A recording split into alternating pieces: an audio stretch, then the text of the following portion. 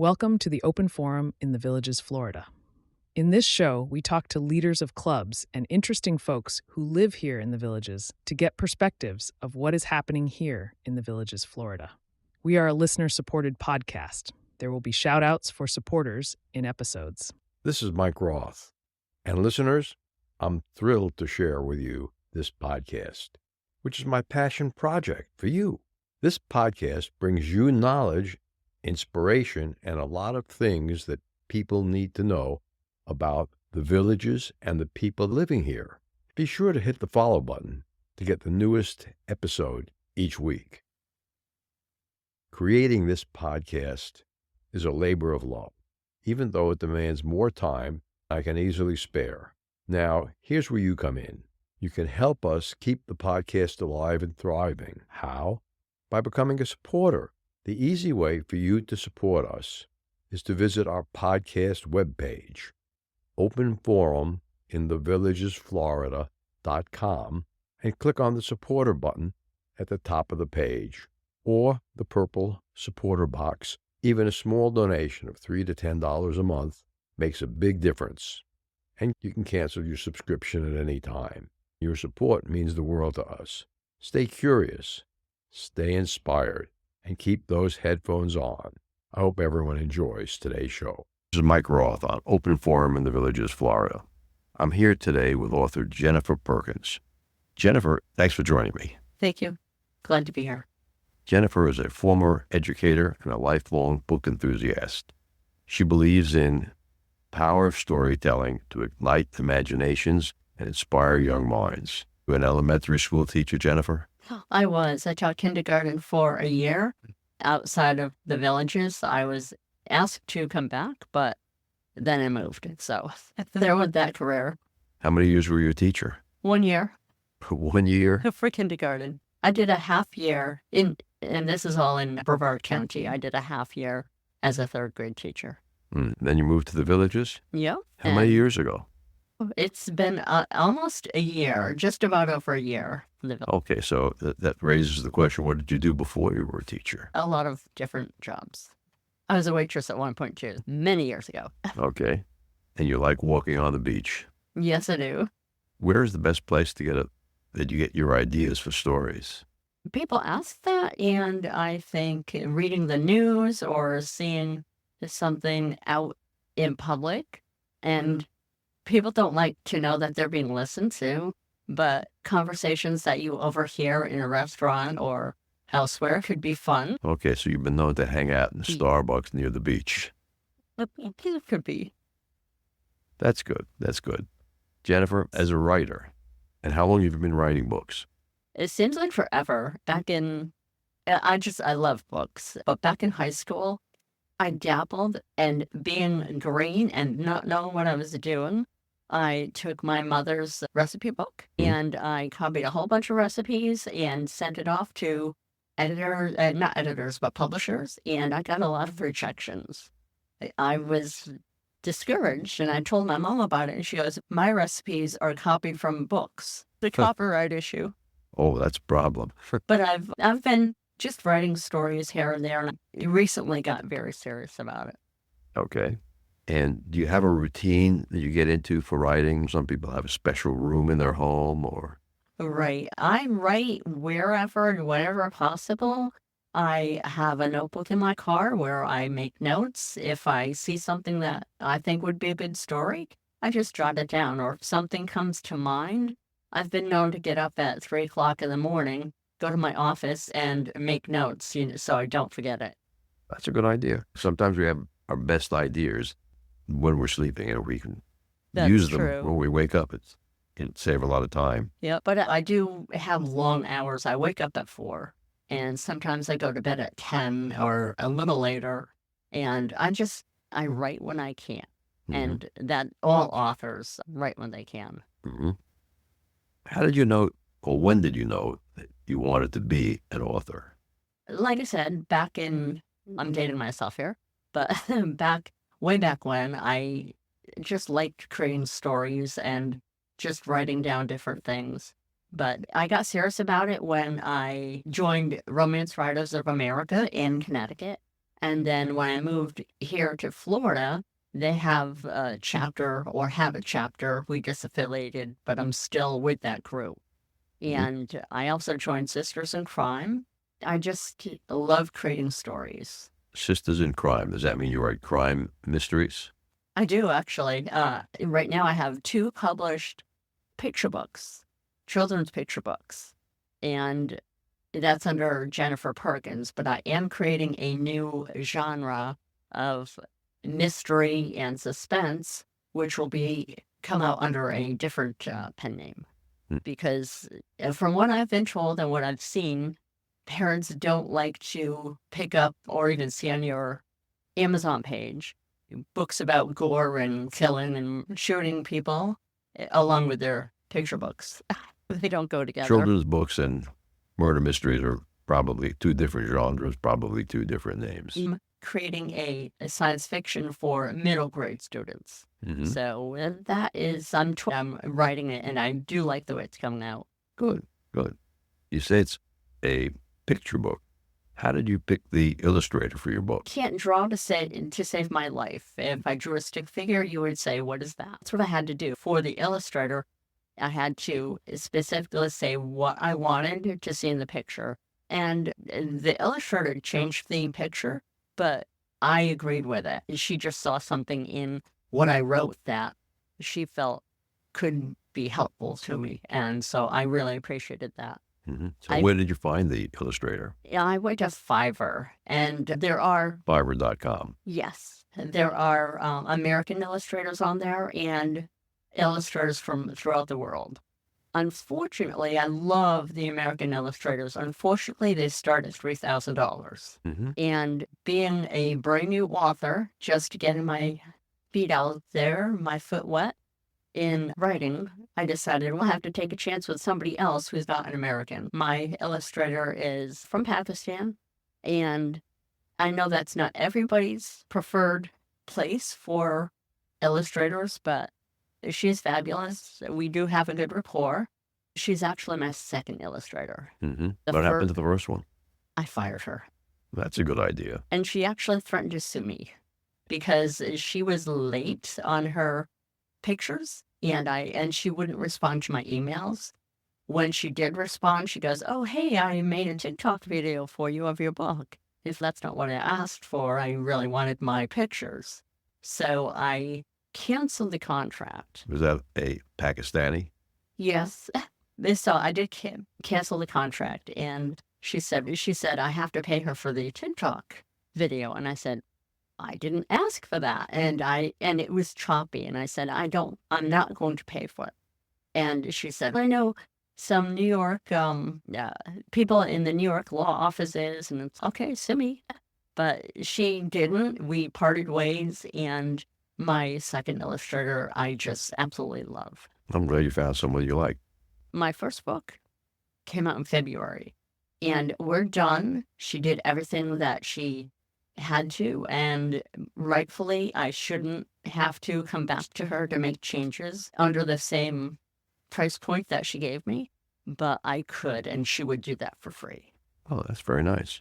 I actually now strongly believe in AI for illustrators.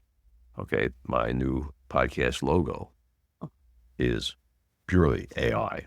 I love it. I'll have to take a look at that. Oh, yeah. You can play with them, and of course, there's dead zero. It's just your time. And if you've already written out the description of what you want it to be in your illustration, the AIs will give you almost exactly what you want. That's true. I'm not sure how Amazon will look at that, though. I know they have that question, did you create this with AI? So I don't know where they're going with that.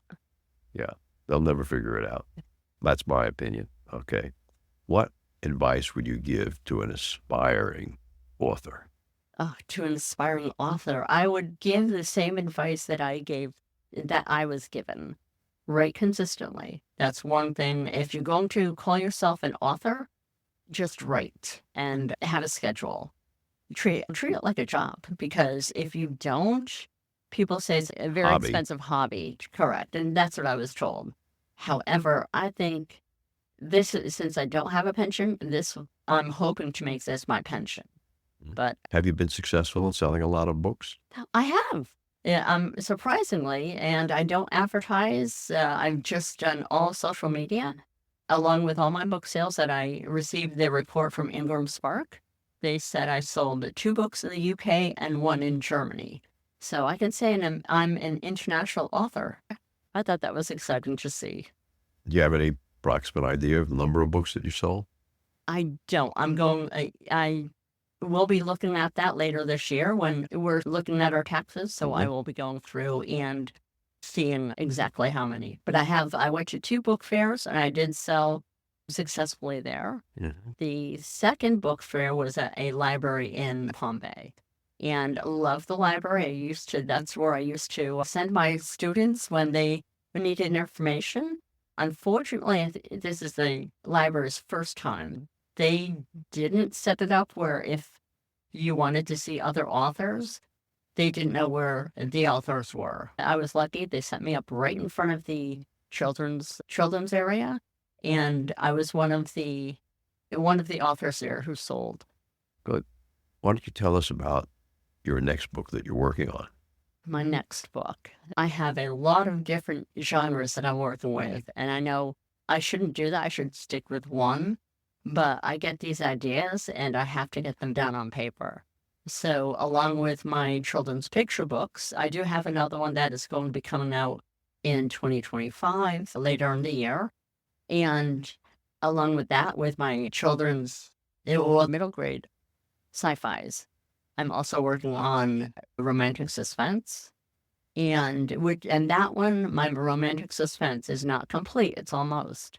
But that one I did final in the Daphne Demure contest with Romance Writers of America. Their Kiss of Death chapter. That was exciting.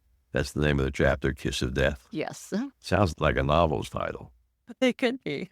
When you're writing these novels, Yes. you have to put a different cap on than the children's books. That's Is there something you do to flip your mind into the adult novels genre as opposed to the children's book? since I have so many different other genres that I'm working with, because I do have a cozy mystery that is completed and I'm going through the edit. I just reread them and I think about if this happens, how can I extend the book?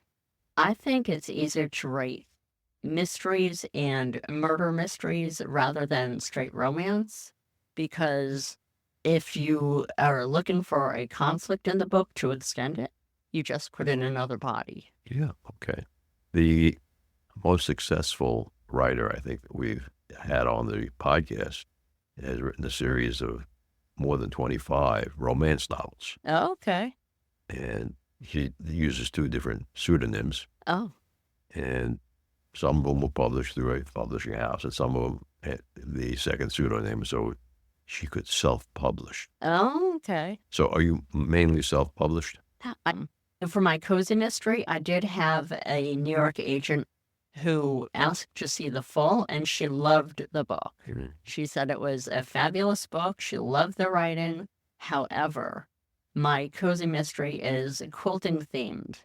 And she said at the time, there were way too many sewn and quilting mysteries. So she didn't think it would sell based on the volume that was already out there. And in changing the subject a little bit, if you could give some advice to the 25-year-old Jennifer, based on what you already know, Mm-hmm. what advice would you give your 25-year-old self? I just take it seriously.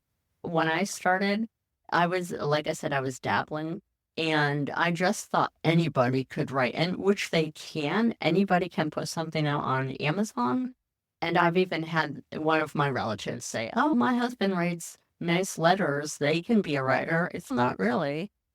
I would have studied craft earlier, because you really should study the craft of writing and read everything, not only in your genre that you're writing, because it could spark an idea for one of your other genres. So how many adult... A completed romance, a completed cozy mystery, and I'm going through editing and continuing to write my suspense. Have you converted the completed novels to Audible books? I have not. They're not out on the market yet, so I do have to get those out there. My problem is that when I write, I edit as I write, and that can slow down my writing process. And I've been told just get it out on paper, but it's really hard to turn off the inner editor in my. Good. Let's take a short break and listen to Dr. Craig Curtis give us an Alzheimer's tip. Dr. Curtis, can you give our patients a tip on keeping their brain healthy?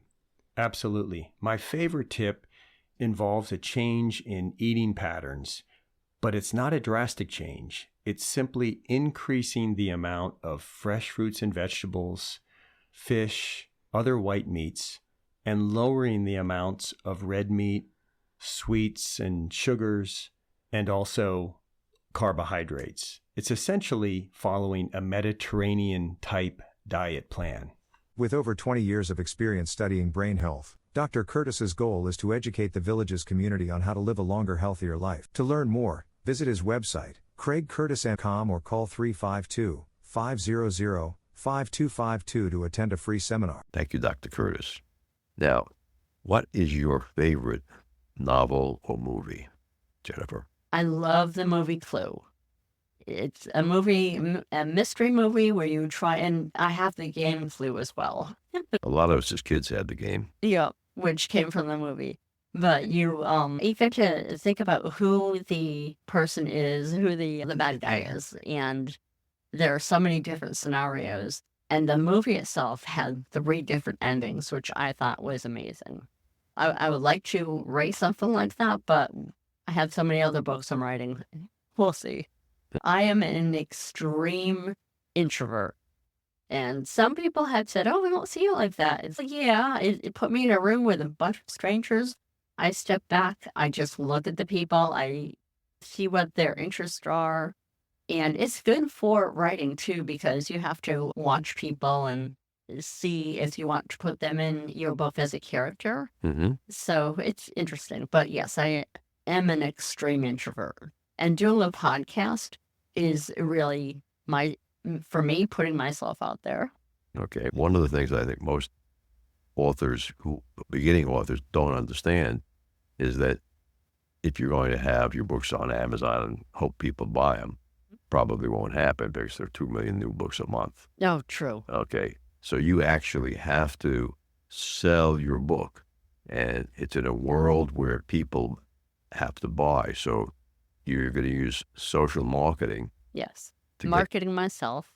And actually, even traditional authors nowadays, they have to market too. Mm-hmm. Nobody, no publisher, no agents, they do not market for you. You have to market yourself. And as you said, with so many books out there, so many coming on the market, and with Amazon where anybody could put a book out, you have to really be a marketer. So what's your strategy for using marketing to sell your novel? If I told you that, everybody would use it.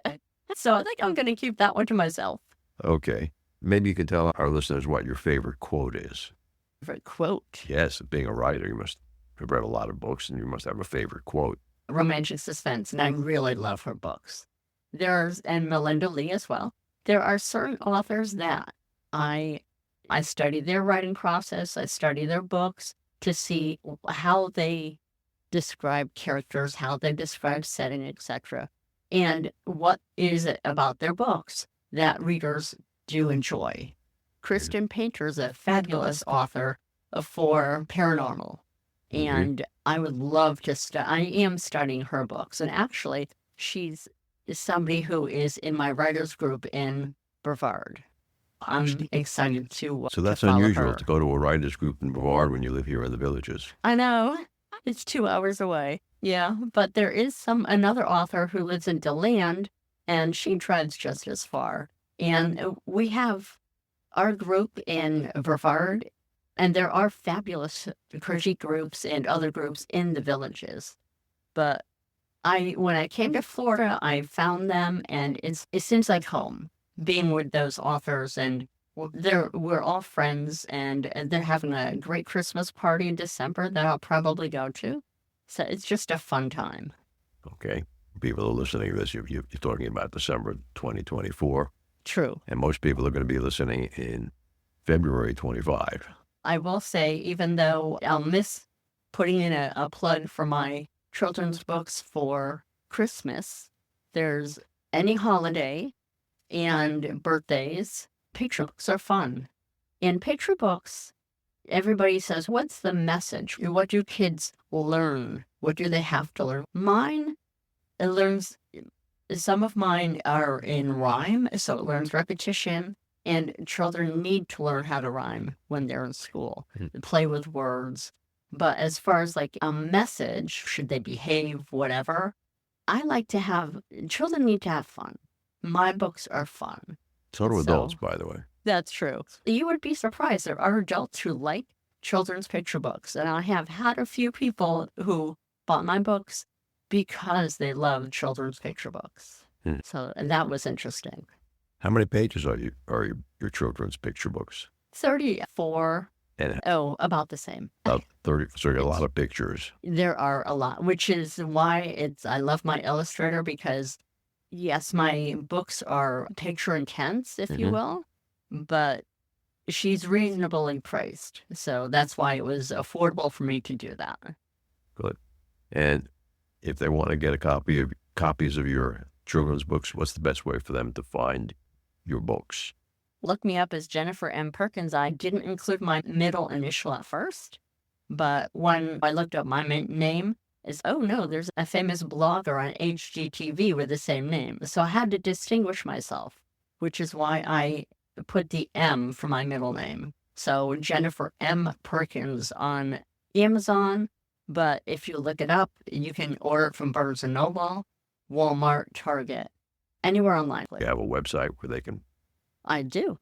If you look up Jennifer M. Perkins, with the M, of course, or they can send me an email, and they can actually request books from me, authorjmperkins.com. And if someone has a question for you as an author, I do. Can send me an email and actually request books from me, authorjperkins@gmail.com. It won't get lost. I do look at it. Believe it or not, I have thousands of emails that I still have in my inbox, but for specific reasons. I have not deleted them yet, but I do look at every single email. So if somebody has a question or wants to chat with me, your email will not be lost. And if you could give aspiring authors one piece of advice based on your experience so far, what would that be? It's not a sprint to the finish line. You have to find your time. Yes, the Harry Potter books were like an instant success almost, but J.K. Rowling also went through the getting rejections. So you will get rejections, and you can't take it personally. And don't let your family and friends read your books and give you advice on that, because they are probably not the ones, unless you have author friends, they're not the ones involved in the process. Yeah, family and close friends will say, oh, I love the book, there's nothing wrong. You go to an editor and say, oh, all those red marks all over the page. And I would definitely look up a professional editor. Even those authors who are self-published, who even traditionally published, who have hundreds of books, they use professional editors because... Do you use a professional editor? Yes, I do.